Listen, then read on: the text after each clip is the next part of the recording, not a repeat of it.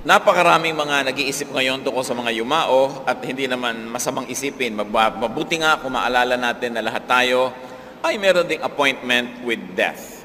Ang atin ngayong pag-aaral, pinamalan natin, multo. Ama naming Diyos, salamat sapagkat kayo po ay mabuti, kayo'y Diyos dito, kayo'y Diyos sa kabilang buhay, kayo'y Diyos namin, ano man ang mangyari sa amin. Sa aming pagbubulay-bulay ng buhay at kamatayan, turuan niyo po kami ng mahalagang leksyon. Ngayon, Panginoon, sa aming paglapit sa inyo, patawarin niyo po kami sa aming mga kasalanan. Gawin niyo kaming karapat-dapat, hindi dahil kami matuwid, kundi dahil kami pinapatawad niyo, hinuhugasan, at pinagiging dapat, alang-alang sa inyong anak na si Jesus. Turuan niyo po kami, payapain niyo po ang aming puso, at kami, Panginoon, magkaroon ng mga ginintoang aral mula sa karanasan ng napakaraming taong nabuhay at sumakabilang buhay. Kayo po ang siyang maging tagapagsalita, kayo po ang siyang magbigay sa amin ng pagpapala, pagliliwanag, at nawa, Panginoon, ilalayo niyo kami sa mga masasamang tao at masasamang espiritu, papagliwanagin niyo po ang aming pangunawa sa maraming hiwaga ng buhay. Be our speaker, Father. We ask you to bless your people, glorify only your name, in the name of Jesus, your Son, our Lord. Amen. Let's take a second look at so-called ghosts and returnees in the Bible. This was not an unusual idea, even among people in Bible times, that dead people were raised to life, that dead people returned from the grave, from death itself. In fact, the Lord Jesus Himself was mistaken for a ghost. Napakarami po mga pagkakataon sa Biblia na napakaraming mga yumao pero bumalik, pinabalik, at sa kapangyarihan ng Diyos ay nabuhay na muli. Pati po ang mga disciples ay nabuhay sila na may konsepto sila ng multo. Ang Panginoong Jesus na pagkamalangang multo Matthew 14:26, when the disciples saw Him walking on the lake, they were terrified. It's a ghost, they said, and cried out in fear. So buhay sa kanila yung diwa ng ganung mga ideya, kaya natakot sila nung makita nila ang Panginoong naglalakad sa tubig. Now, let's take a look at a 5-star multo, si Samuel. Ang propeta ni si Samuel who returned from the dead. Ano po ang background ng kwento? Si Saul ay hari, pero nawala na ang pabor sa kanya ng Diyos. At si Samuel naman na propeta nung kanyang panahon ay sumakabilang buhay na rin. At nagkaroon si Saul ng isang napakalaking problema. Meron siyang giyera at mukhang matatalo. Kailangan niya ng guidance, ayaw sagutin ng Diyos ang kanyang dalangin, at wala na si Samuel. So ang ginawa niya, naghanap sila ng babaeng nakakatawag daw at nakikipag-usap sa mga espiritu ng patay na. At gustong ipatawag nitong si Saul ang espiritu ni Samuel para hingan niya ng payo. 1 Samuel 28:11-14. Then the woman asked, "Whom shall I bring up for you?" "Bring up Samuel," he said. When the woman saw Samuel, she cried out at the top of her voice. Sabi, sino ba ang tatawagin natin? Sabi, si Samuel, tawagin mo ang kanyang kaluluwa. At nung makita nitong babaeng ito, nitong medium na ito, si Samuel na lumalabas mula sa lupa, siya ay napatili. Siya man, na sanay sa ganito, ay inatake ng takot. But Samuel was a most unhelpful ghost. Hindi naman siya tumulong. Sabi niya, kung ayaw ka nang sagutin ng Diyos, ba't akong tatanungin mo? Hindi naman ko naman kita sasagutin kung hindi ka sinasagot ng Diyos, so baliwala. Alam mo ang nangyayari, sabi sa prayo, dahil may problema ka, hindi ka sumunod sa Diyos nung araw, at sinabi na ng Diyos, ito magiging parusa mo, babawiin sa iyong kaharian, at sabi ganon, total gusto mong malaman ang mangyayari, bukas, sasama ka na sa akin, mamamatay ka na rin bukas, 10 ng iyong mga anak. Lalo lang natakot tuloy itong si Saul, at nangyari nga yun. Namatay siya kinabukasan kasama ni Jonathan at ng iba pa niyang mga anak. Sabi sa kanya ni Samuel, "Why disturb me like this? Ba't mo ako ginagambala? Nananahimik na ako, retired na ako." No? Tinatawag pa uli ako for active duty. So wala siyang napalang maganda, lalo lang siyang natakot, sa katunayan siya ay nahimatay. There was another case, the son of the widow, the woman who fed Elijah. Nagugutom si Elijah, pinakain siya ng widow. Pagkatapos yung widow na ito, may anak na namatay. Etong nangyari. 1 Kings 17:20-22.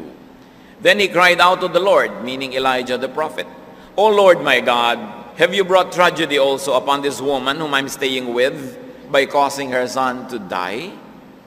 Then he stretched himself out on the body 3 times and cried to the Lord, O Lord my God, let this boy's life return to him. The Lord heard Elijah's cry, and the boy's life returned to him, and he lived. So isa siyang returnee. Natitawag natin mga bumalik. Nung namatay na yung kaisa-isang anak ng babaeng ito na nagpakain sa propeta, idinalangin ng propeta sa Diyos. Sabing ganoon, kawawa naman ang babaeng ito. At dininig ng Diyos ang panalangin niya, bumalik yung espiritu doon sa bata, tumayo, nabuhay muli, a returnee. What about the son of the Shunammite woman who was very good to another prophet, Elisha? Tuwing pupunta sa Elisha sa kanilang baryo, pinapakain ng babaeng ito at naisipan pa niya, ipagpagawa nga natin ng kwarto, lagyan natin ng mga muebles para pag nandito siya, meron siyang ginhawa. Pero wala siyang anak. Napaka-tanda na niya, wala pa siyang anak. At sabi ni Elisha, magkakaroon ka ng anak sa isa. Next year, same time next year, meron ka ng kalong-kalong na anak. At sabi ng babae, huwag niyo akong paasahin. Ginawan ko kayo ng mabuti, hindi ako humihingi ng kapalit, huwag niyo akong paasahin. Pero natupad, nagkaanak ito, at subalit, nung ang bata ay about 9-10 years old, biglang namatay. Anong nangyari? Ipinatawag ng babae, ang propeta, sinundo niya. Sabi, binigyan mo ko ng anak, pagkatapos mamamatay lang pala. 2 Kings 4:32-37, when Elisha reached the house, there was the boy lying dead on his couch. He went in, shut the door on the 2 of them, and prayed to the Lord. Then he got on the bed and lay upon the boy. The boy sneezed 7 times and opened his eyes. He said, take your son. Isa na namang binatilyo ang nabalik sa buhay sa ministration ng propeta, another returnee. Nung tinatawag nating transfiguration ng Panginoong Jesus, nung dinala niya si Peter, James, and John sa bundok, at biglang naiba ang kanyang anyo, naging para siyang kidlat sa liwanag, kumikinang, nakakasilaw. Sinong biglang sumamang nagkaroon ng appearance? Moses and Elijah. 1,000 taon na namatay si Moses noon. Samantalang si Elijah naman ay hindi malaman kung namatay dahil siya ay kinuha ng Panginoon. Iniakyat siya sa langit na nakasakay sa nag-aapoy na karwahe. Hindi malaman ng tao ano ba nangyari, namatay ba siya o talagang buhay na dinala sa langit. Pero heto, biglang nagpakita kay Peter, James, and John, 3 pa sila. Takot na matindi ang inabot ng 3 at hindi malaman kung anong iisipin. Matthew 17:3, just then there appeared before them Moses and Elijah talking with Jesus. Moses died, Elijah was taken up. So pareho sila ngayon na by the standards of the time, matatawag mong multo. Kasi hindi totoong katawan yung suot nila, hindi yung flesh. Si Lazarus, kaibigan ng Panginoong Jesus, 3 araw ng patay.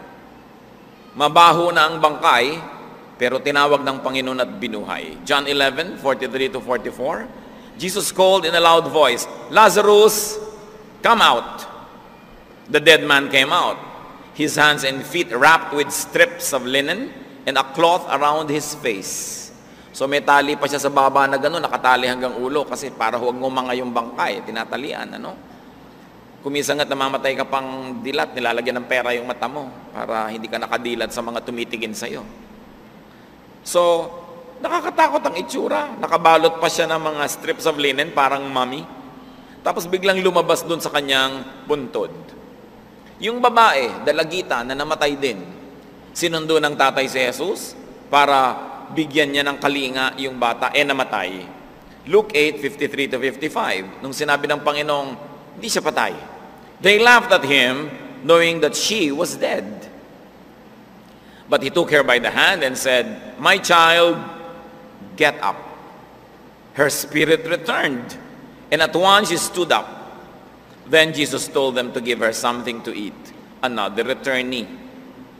The Lord himself is the highest example of somebody being resurrected.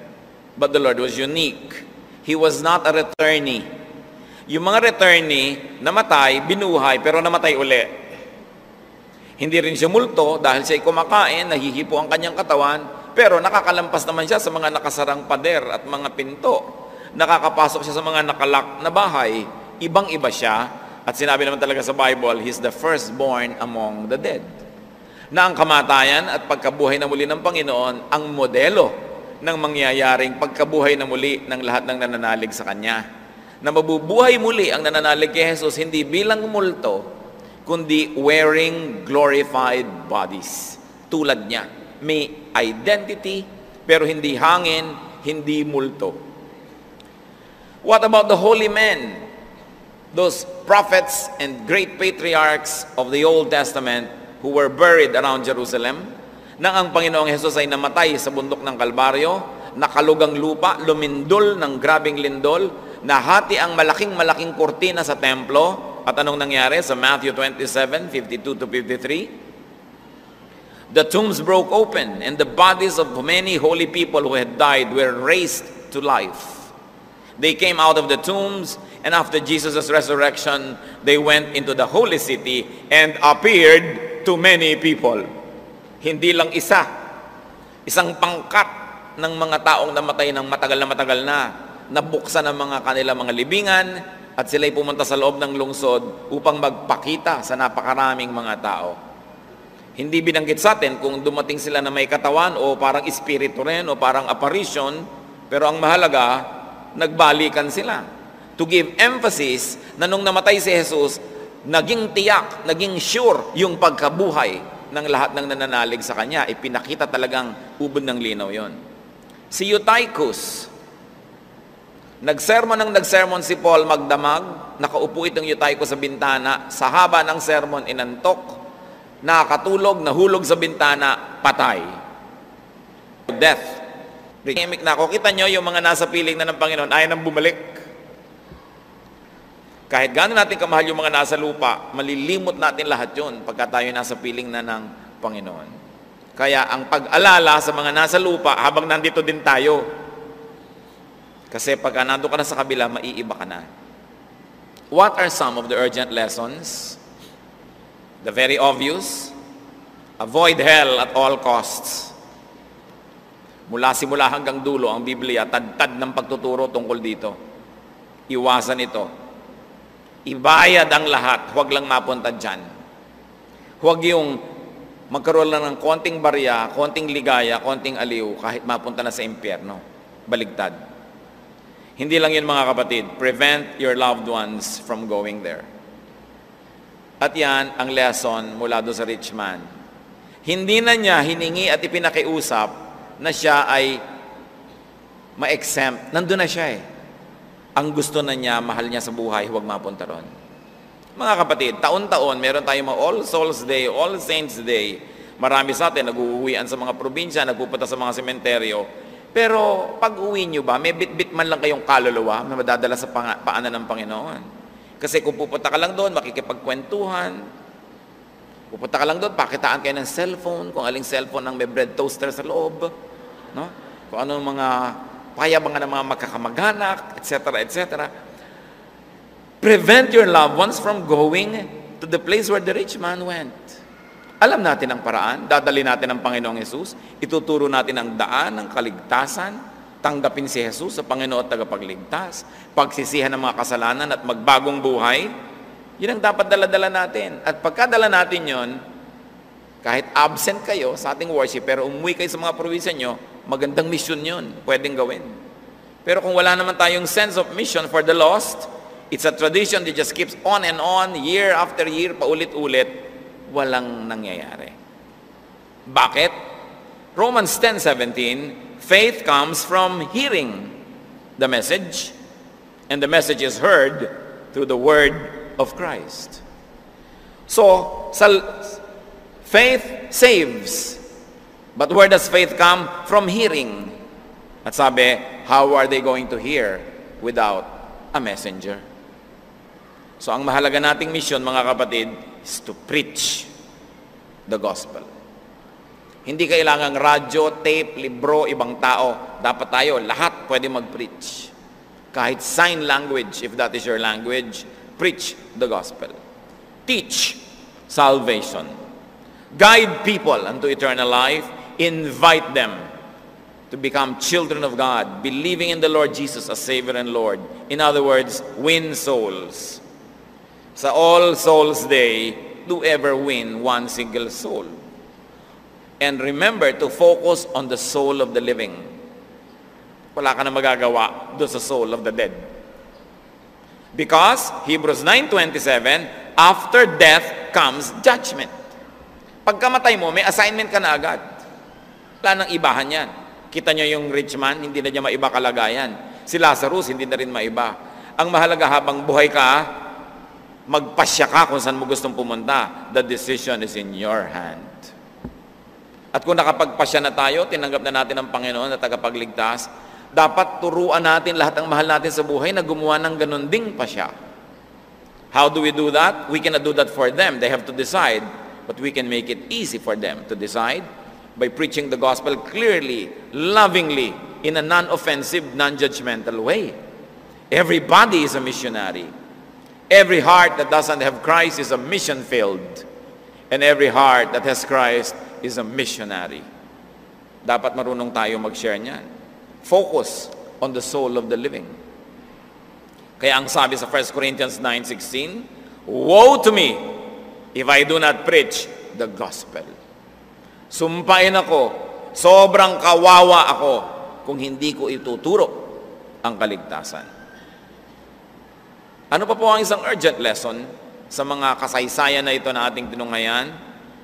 To those of you who are heaven-bound, alam niyong ligtas kayo, tinanggap niyo ng Panginoon, naghihintay na lang tayong gumraduate from this level to the next.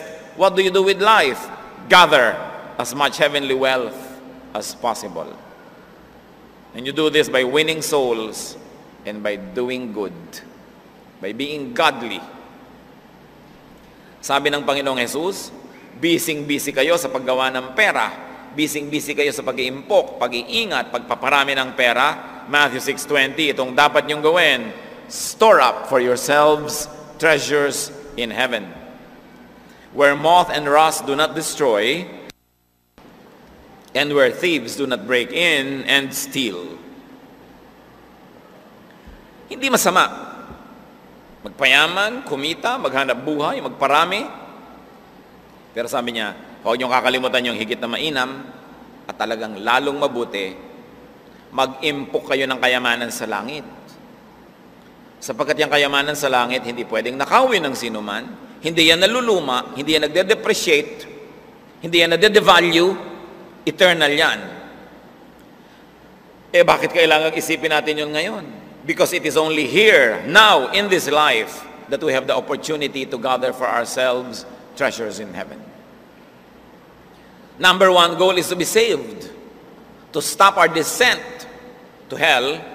And number two is to go back to the image that was lost in the Garden of Eden, to go back to godliness, to change from glory to glory, to change internally and become more and more and more like Jesus every day, and then to do good works. Because Jesus said, if you love me, you will do what I have been doing. What is the true meaning of a Christian? A person who accepted Jesus as Savior and Lord and now dedicates his or her life to doing the works of Jesus. Yun ang Kristiyano talaga.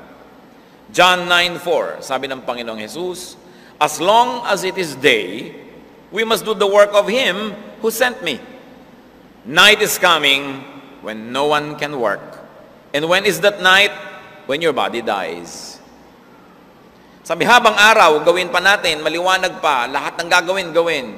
Pagdating ng gabi, wala nang makakakilos.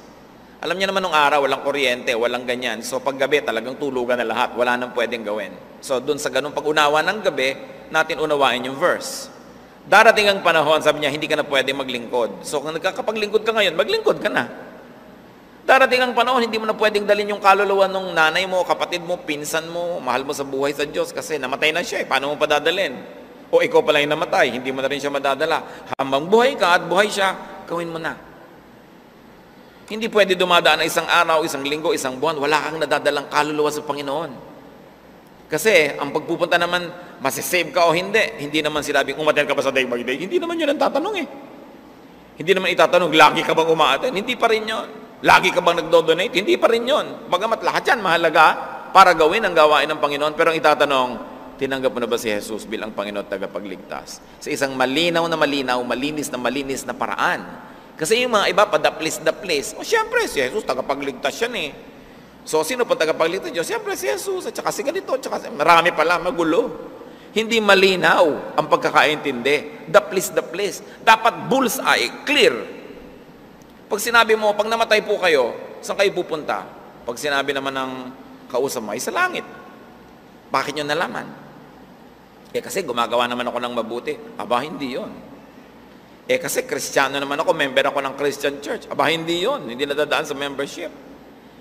Pag sinabing, kasi maliligtas ako dahil ako'y makasalanan, dapat ako pumunta sa impyerno, pero si Jesus namatay para sa akin, yung kamatayan niya, pag pinaniwalaan ko na makapagliligtas sa akin, tinanggap ko si Jesus sa Panginoon tagapagligtas, yung kabanalan niya lumipat sa akin, yung kasalanan ko lumipat sa Kanya, kaya nga siya napako sa krus, at ngayon nabubuhay ako para maging kamukha ni Kristo sa aking pamumuhay, Kristiyano ako, alam ko, pupunta ako kay Kristo pag namatay ako. Dapat malinaw. Hindi yung, kasi malaki ang Bible ko, kasi conservative kami, kasi kung ano-ano, nabinyagan ako noon, kahit ka pa mag-swimming araw-araw at kalunod-lunod sa binyagan. Pagka hindi mo naiintindihan at tinanggap mo pala si Jesus, wala yun. Tayo mga kapatid, meron tayo ditong salvation classes. 6 na klase yun para ka gumraduate sa basic salvation. Ewan ko kung gaano karami na sa inyo umattend. Sana hindi umaattend dahil alam nyo na. At kung alam nyo na, magturo kayo. Alam nyo pala eh. Diba? Dapat kayo maging faculty. Kasi salvation is all important. It is everything. Everything else, icing lang yan. Pero pag namatay ka, yun ang mahalaga eh. Saan ka pupunta? Importante yan. Huwag niyong papabayaan ang mga mahal nyo sa buhay. Habang sila ay nandyan at habang kayo nandyan, huwag tayong tumigil. At pag daw humarap na tayo sa Panginoong Diyos, sa Matthew 25, 34 to 36 and 40, then the king will say to those on his right, "Come, you who are blessed by my Father. Take your inheritance, the kingdom prepared for you since the creation of the world. For I was hungry, and you gave me something to eat. I was thirsty, and you gave me something to drink. I was a stranger, and you invited me in. I needed clothes, and you clothed me. I was sick, and you looked after me. I was in prison, and you came to visit me." The king will reply, then magtatanong sa kanya mga tao, "Kailan naman po nangyari sa inyo yan? Hindi naman namin natatandaan naman na binisita namin kayo, pinakain namin kayo, dinamitan namin kayo." Then the king will reply, "I tell you the truth, whatever you did for one of the least of these brothers of mine, you did it for me." Nakalista ang malilinaw na gawain na may gantimpala sa Diyos. Pagtulong sa mga mahihirap, sa mga kapuspalad, dumamay sa mga nakukulong. Kasi lalo nung araw mga kapatid, marami pong nakukulong innocent. Hindi lang maka-afford ng mahusay na abogado. Siguro yung grade ng abogado nila 75. No? Kaya kahit sila innocent, naging guilty. O kaya yung mga huwes na suhulan, kaya sa Panginoon, napakahalaga yung pumupunta ka sa prisoners. Up to now, maraming mga inosente, natalo lang yung kaso. Wala pang hatol na bubulok na sa kulungan kasi walang pampiyansa. All along, laging ipinapakita ng Panginoon, tulungan niyo yung mga kapuspalad, yung hindi kayang tumulong sa sarili nila, yung mga kawawa. Yan ang pure religion. Pag ginawa niyo yan, sabi niya, "Welcome, hayan ang kahariang hinanda sa inyo bago pa man kayo sinilang. Enjoyin niyo habang panahon sapagkat naging mabuti kayo sa akin." At sasabihin ng mga tao, "Kailan naman kami naging mabuti sa inyo, O Diyos? Kailan kayo nangailangan ng tulong?" Sabi niya, "Lahat ng tinulungan niyo, inaari kong ako yun." Napakahalaga. Anong ginagawa natin sa buhay natin? May mga tradisyon tayo na observation, inaalala yung mga patay, pero naalala ba natin talaga yung kahulugan ng alalahanin yun? Hindi sapat magdala ka ng bulaklak o magtiri ka ng kandila. Ang mahalaga, ikaw mismo nakakataya ka na pag nahiga ka doon, katawan mo lang yun nandun, yung espiritu mo nasa Panginoon. At lahat ng mga kamag-anak mong nagtitipon-tipon doon, lahat din sila, kung sa kanilang mangyari yan, sila man pupunta sa piling ng Diyos. Yan ang mission natin. Kailangan, hindi ka lang masave, kailangan meron ka rin premyo. Tinuturo yan sa Biblia. 1 Corinthians 9:25, "Everyone who competes in the games goes into strict training. They do it to get a crown that will not last, but we do it to get a crown that will last forever." Sabi nitong si Pablo, yung mga athletes na yan, hirap na hirap sa training. Ano naman ang napala nila pag nanalo sila sa takbuhan? Anong napala nila pag nanalo sila sa pagbuhat ng mga mabibigat, sa pagtalon, sa paglangoy, ano? Mga koronang dahon, yung laurel, yung nasa adobo, nasa paksiw na pata, yung mga dahon na laurel na nakakabit-kabit dyan. Yun sabi, ang hirap nilang ginagawa para lang magkaroon ng korona na bukas lanta na. Pero tayo, sabi gano'n, ang ginagawa nating hirap paglilingkod, korona na hindi maluluma. Korona na nandun habang panahon. Sabi gano'n, walang sayang sa paglilingkod sa Diyos. Lahat yan alam ng Diyos. Walang sayang sa ating mga pagtitimpi at pagtitiis na huwag gawin ang mali. Walang sayang sa pagsasakripisyo na gawin yung tama. Walang sayang sa paggawa ng mabuti sa kapwa. Kung tayo nagpapakapagod para magkaroon ng mga award, lalo ngayon yung mga award, 3 araw pa lang may kalawang na. Kahit anong trophy pa yan, di ba? Kahit anong mga magagandang mga medalya, hindi mo naman maisangla. Sabi ko, nagpapakahirap ka para maging ganyan.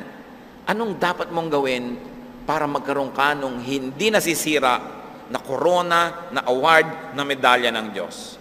So bakit pa tayo nabubuhay matapos tayong maligtas? To get, to earn, and to run for your eternal crowns. Bawat araw may pagkakataon tayo, but night will come when you can no longer work. Minsan dumadating sa atin na masagana ka ngayon pero next week hindi na. So habang masagana ka, dapat mapagbigay ka na. Meron ka nang itinanim sa ubasan ng Diyos. Malakas ka, maglingkod ka na kasi hindi laging malakas ang tao. Kahit naman mananampalataya ko minsan, napaparalyze. Kahit mananampalataya, nagkakaroon ng karamdaman, huwag sayangin ang bawat oras na may lakas. To win souls, to do good, and to purify our own hearts. Ano pa po ang isang urgent lesson to learn from all of those people that went back from the dead? That death need not be feared. Or if you like to modify it a little bit, death need not be feared so much. Kaya hinahamon sa 1 Corinthians 5:21, where, O death, is your victory? Where, O death, is your sting? Kung ang dating kamatayan na kinakatakutang hindi natin maiwasan lahat, ang siyang magiging pinto pala para pumasok na tayo doon sa buhay na walang hanggan. Sabi, ano ngayon ang nakakatakot tungkol sa kamatayan? Siyempre, hindi nakakatakot if the believer won't have to go to hell. But if you're going to go to hell, nakakatakot talaga yan dahil wala nang balikan one way. Kaya hindi tayo dapat natatahimik na hindi tayo nagdadala ng mga kaluluwa. Mabuti pa yung mga bagong-bagong mga mananampalataya. Ang init sa pananampalataya, lagi nagsosoul winning. After 6 months, 2 years, lalo 5 years, 10 years na, nako. Hindi mo na mahalata na mananampalataya. Wala nang init ng paglilingkod.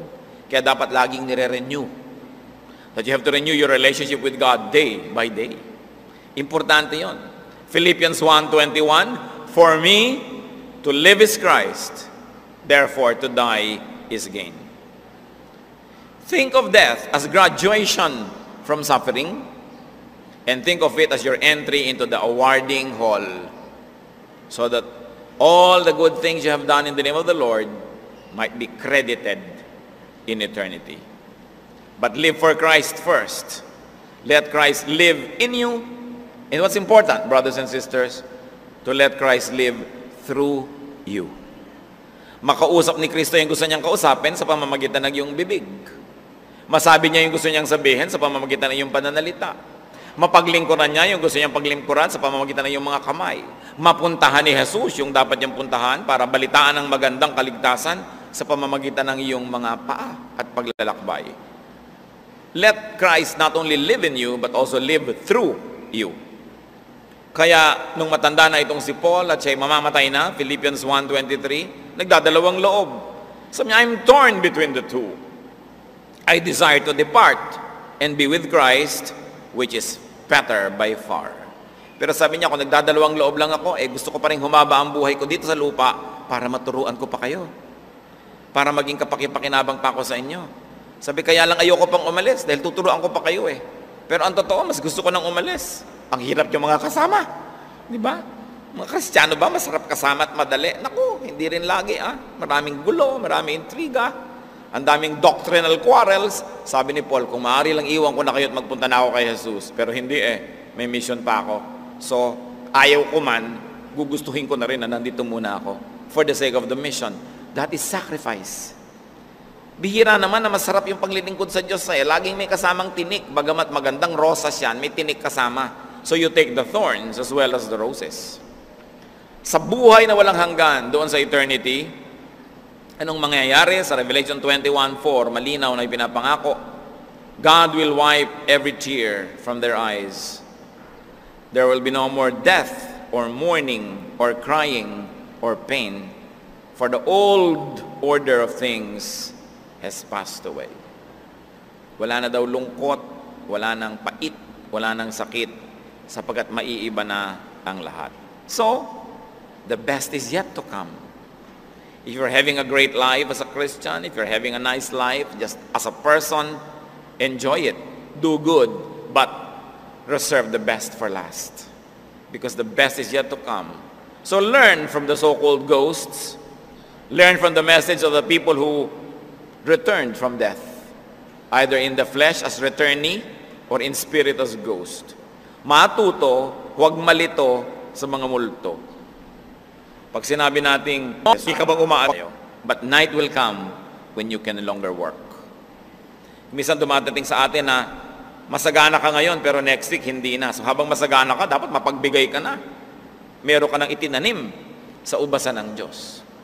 Malakas ka, maglingkod ka na kasi hindi laging malakas ang tao. Kahit naman mananampalataya ko minsan, napaparalyze. Kahit mananampalataya, nagkakaroon ng karamdaman. Huwag sayangin ang bawat oras na may lakas. To win souls, to do good, and to purify our own hearts. Ano pa po ang isang urgent lesson to learn from all of those people that went back from the dead? That death need not be feared. Or if you like to modify it a little bit, death need not be feared so much. Kaya hinahamon sa 1 Corinthians 5:21, where, O death, is your victory? Where, O death, is your sting? Kung ang dating kamatayan na kinakatakutang hindi natin maiwasan lahat, ang siyang magiging pinto pala para pumasok na tayo doon sa buhay na walang hanggan. Sabi, ano ngayon lang nakakatakot tungkol sa kamatayan? Siyempre, hindi nakakatakot if the believer won't have to go to hell. But if you're going to go to hell, nakakatakot talaga yan dahil wala nang balikan one way.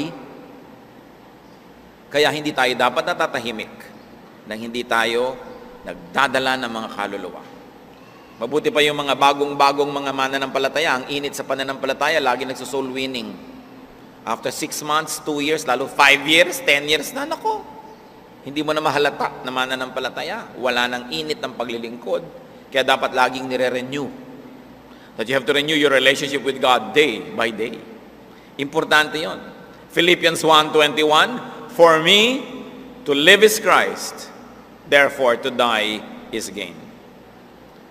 Think of death as graduation from suffering, and think of it as your entry into the awarding hall, so that all the good things you have done in the name of the Lord might be credited in eternity. But live for Christ first. Let Christ live in you.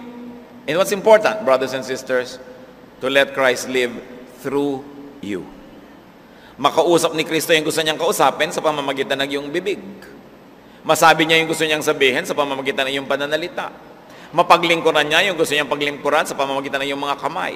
Mapuntahan ni Jesus yung dapat niyang puntahan para balitaan ang magandang kaligtasan sa pamamagitan ng iyong mga paa at paglalakbay. Let Christ not only live in you, but also live through you. Kaya, nung matanda na itong si Paul at siya'y mamamatay na, Philippians 1:23, nagdadalawang loob. Sabi niya, I'm torn between the two. I desire to depart and be with Christ, which is better by far. Pero sabi niya, kung nagdadalawang loob lang ako, gusto ko pa rin humaba ang buhay ko dito sa lupa para maturuan ko pa kayo. Para maging kapakipakinabang pa ako sa inyo. Sabi, kaya lang ayoko pang umalis dahil tuturuan ko pa kayo Pero ang totoo, mas gusto ko nang umalis. Ang hirap yung mga kasama. Di ba? Mga Kristiyano ba, masarap kasama at madali? Naku, hindi rin lagi Maraming gulo, maraming intriga. Ang daming doctrinal quarrels. Sabi ni Paul, kung maaari lang iwan ko na kayo at magpunta na ako kay Jesus. Pero hindi may mission pa ako. So, ayaw ko man, gugustuhin ko na rin na nandito muna ako for the sake of the mission. That is sacrifice. Bihira naman na masarap yung paglilingkod sa Diyos sa'yo. Laging may kasamang tinik. Bagamat magandang rosas yan, may tinik kasama. So you take the thorns as well as the roses. Sa buhay na walang hanggan, doon sa eternity, anong mangyayari? Sa Revelation 21:4, malinaw na ipinapangako, God will wipe every tear from their eyes. There will be no more death, or mourning, or crying, or pain, for the old order of things has passed away. Wala na daw lungkot, wala nang pait, wala nang sakit, sapagkat maiiba na ang lahat. So, the best is yet to come. If you're having a great life as a Christian, if you're having a nice life, just as a person, enjoy it. Do good, but reserve the best for last. Because the best is yet to come. So learn from the so-called ghosts. Learn from the message of the people who returned from death, either in the flesh as returnee or in spirit as ghost. Matuto, huwag malito sa mga multo. Pag sinabi nating multo, dapat huwag kang matakot. Sabi mo, wow, multo. Di ba? At least, meron kang assurance na meron talagang buhay sa kabila. Kasi ang tanong ng iba, talaga nga bang meron? Ngayon, pag may nagpakita sa'yo, di nakatiyak ka na, nakatiyak ka, sumaya ka. No? Hindi ka dapat matakot, wala namang magagawa sa iyo yung mga yan nang walang permiso ang Diyos. No? Wala naman silang pwedeng gawin. Kung nakaganon sa iyo, ano ngayon, kahit maghapon siyang nakaganon. Ano bang nangyayari sa iyo? Di ganunin mo rin. Baka siya pa matakot sa iyo. Diba? Ang mga tao, dapat wala na tayong takot sa ganyan mga bagay because we know who is in us. Greater is He who is in you than he who is in the world. Walang nakakatakot pagka ang Panginoon nasa puso natin. Ama naming Diyos, salamat sapagkat napakaraming saksi, nagpatotoo na meron ngang buhay doon sa kabila. So alam namin na ganoon din ang mangyayari sa amin pag gumraduate kami from this life. Turuan niyo kami, Lord, to love life, but not to love it too much to the point that we don't even want to be with you. Teach us, Lord, to love every element of life because it comes from you, but teach us to love you more and to love your work more than the pleasures of this world. Bigyan niyo po kami ng balancing pananaw, magkaroon kami ng masarap, maganda, enjoyable na buhay, pero punong-puno rin ng paglilingkod, ng pagtitiis kung kailangan, ng pagpapakasakit, ng pagpaparaya, ng pagbibigay sa aming kapwa. Para nang sa ganon, hindi masugatan ang aming espiritu na siyang ihaharap namin sa inyo.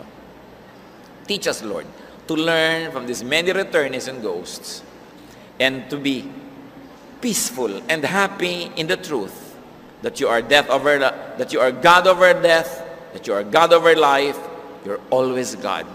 And that you, God, are our friend, our Father, our Savior. Magbulay-bulay tayo mga kapatid. At nais ko isipin nyo, baka may mga taong mga mahal nyo sa buhay, hindi pa nyo nasishare ng salvation. Kailangan samantalahin ang pagkakataon habang nakakarinig pa sila o nakakapagsalita pa tayo. At lahat ng gagawin natin, ipaglingkod dati sa Panginoon na hindi nalilimot na meron tayong mga kasiyahan na dapat lasapin dahil regalo yun ng Diyos, pero huwag makalimot na maglingkod, magpakasakit kung kailangan. Ama namin, kausapin niyo po kaming lahat. Magkaroon kami ng maraming pakinabang mula sa mga kwento na ito ng mga taong namatay at nabuhay na muli. Let's be with God in some moments of silent prayer.